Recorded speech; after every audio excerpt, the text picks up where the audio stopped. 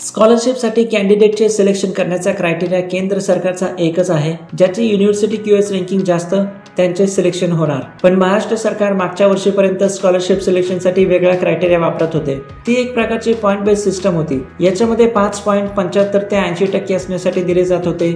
10.80 पेक्षा जास्त पर्सेंटेजसाठी होते.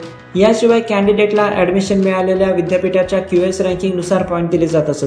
विद्यापीठाची QS रँकिंग जितकी जास्त असेल तितके अधिक पॉईंट्स मिळायचे. 10वी 12वी ग्रॅज्युएशन आणि QS रँकिंगच्या पॉईंटची टोटल करून मेरिट लिस्ट तयार केली जात होती. 75%ची रिक्वायरमेंट बाकीच्या कॅटेगरीसाठी होती. SC साठी ही रिक्वायरमेंट नंतर 55% करण्यात आली होती. त्याच्यामुळे इथे फक्त एक्झाम्पलसाठी हा चार्ट घेतलेला आहे. आता यावर्षी 2025-26च्या कॅन्डिडेट सिलेक्शन क्रायटेरिया बघू. इथे त्यांनी स्पष्टपणे म्हटले आहे, कॅन्डिडेटचे ॲडमिशन घेतलेल्या युनिव्हर्सिटीची QS रँकिंग विचारात घेऊन सिलेक्शन केले जाईल. इतर अटीमध्ये age requirement, income requirement, percentage requirement या गोष्टी येतात.